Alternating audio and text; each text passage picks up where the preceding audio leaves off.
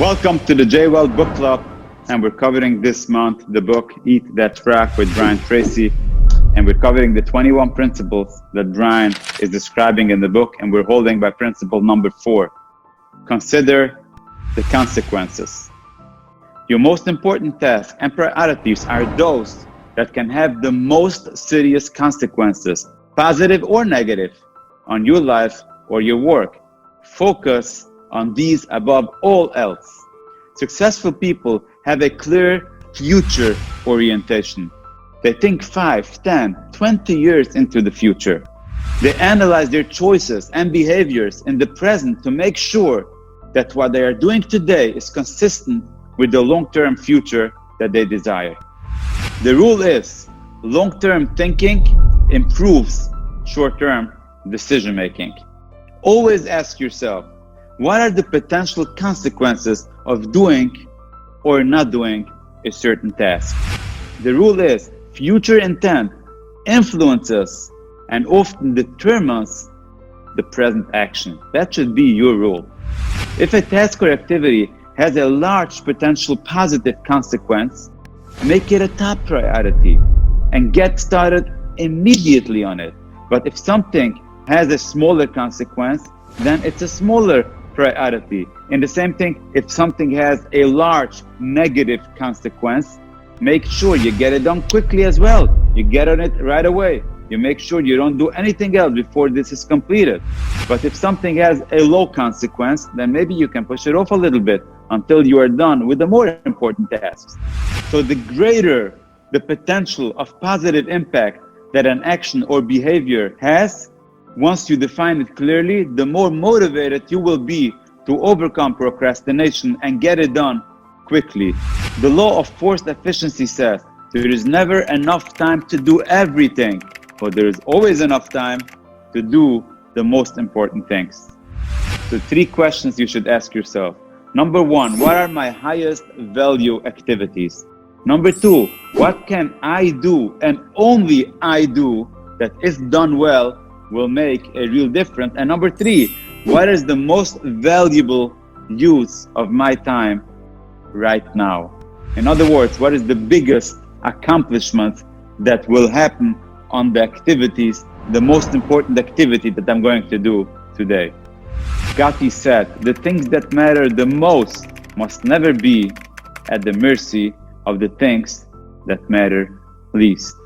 Homework for principle number 4. Review your list of tasks, activities, and projects regularly and continually ask yourself, which one project or activity, if I did it in an excellent and timely fashion, would have the greatest positive consequence in my work or personal life? And then determine the most important thing you could be doing every hour of every day. And then discipline yourself to work continually on the most valuable use of your time. And think to yourself, what is the most valuable use of my time right now? Whatever it is that can help you the most accomplish your goals, this is on what you should be focusing most of the day. We are covering principle number 5 of the 21 principles for success from Brian Tracy. And that is, since you can't do everything, you must learn to deliberately put off those tasks that are low value so that you have enough time to do the few things that really count. You can't do everything. I urge you, start living with this fact. You can't do everything. You have to start discriminating against lower valued activities in order to clean up your time and make room for the higher valued activities. As Brian says, the rule, you can get your time and your life under control to the degree to which you discontinue lower value activities. As Warren Buffett, one of the richest people in the world, was once asked his secret to success, listen to what he replied. Simple. I just say no to everything that is not absolutely vital to me at the moment. One of the most powerful of all words in time management is the word no. I can't do that. I have something more important to do. You can't make me do something that is not vitally important. And also, for you to do something now, you must complete or stop doing something else. Getting in requires getting out. You cannot get in if you don't get out from somewhere else first. You have to stop doing something in order to start doing something else. Picking up means putting down. You have to train yourself to be a creative procrastinator. And that means is the act of thoughtfully and deliberately deciding upon the exact things that you are not going to do right now, if ever, and nothing is going to happen if you're not going to ever do it, these low value activities. Most people focus on unconscious procrastination, meaning they procrastinate on things without consciously procrastinating, and as a result, what happens is they're procrastinating on things that are important, big deals, big important tasks, and they're procrastinating on that, and as a result, they don't accomplish what they want to accomplish. You have to train yourself on proactive, consciously procrastination. You procrastinate deliberately because you understand that this or that activity is not going to get me to my end result. Now, homework for you. Learn to think in the way of zero-based thinking, which means in every part of your life, ask yourself continually, if you were not doing this yesterday, would you have started this today? Or are you only doing it because you did it yesterday? Is this something you would have not started again today, knowing what you know now? It is a prime candidate for abandonment or creative procrastination. When you understand that you're doing something today only because you used to do it yesterday or the day before, you most probably can procrastinate on that. You don't have to do it today. Number 2, examine each of your personal and work activities and evaluate it based on your current situation.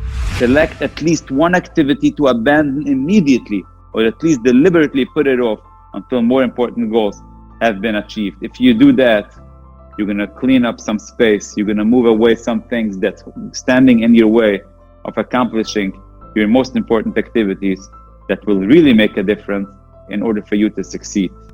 We are holding by principle number 6. Use the ABCDE method continually. Before you begin your work on a list of tasks, take a moment to organize them by value and priority so you can be sure of working on your most important activities. The ABCDE method is a powerful priority setting technique that you can use every single day. This technique is so simple and effective that it can, all by itself, make you one of the most efficient and effective people in your field. The power of this technique lies in the simplicity, and here is how it works. You start with a list of everything you have to do for the coming day. Think on paper, write it down. You then place an A, B, C, D, or E next to each item on your list before you begin the first task. And A, of course, is the very important task. This is the most important thing that is in line with your goal, in line with your success, in line with what you want to accomplish. If not done, it will have the biggest consequence on your goals and your success. B is something you should do. If not done, it will have mild consequences. C would be something that it would be nice to do. If not done, would have no consequences. D, something you can delegate, you can have somebody else do it. E, tasks that should be eliminated. It's not gonna get you to your goals. And of course, if you have more than one A task, you should prioritize it by A1, A2, A3, etc., and so on and so forth of each item. Your A1 task is the biggest, most important thing that you need to focus first. Your ability to think through and analyze your work list and determine your A1 task is the springboard to the higher levels of accomplishments and your greater self-esteem, self-respect, and personal pride. And of course, now you have your homework. Take a list and prioritize your tasks, A, B, C, D, E, as we discussed, and select your A and A1 projects that you're going to do and practice the ABCDE method for the next month on every work or every project that you're going to do until you develop a habit of setting and working on your highest priority tasks, and your future will be assured.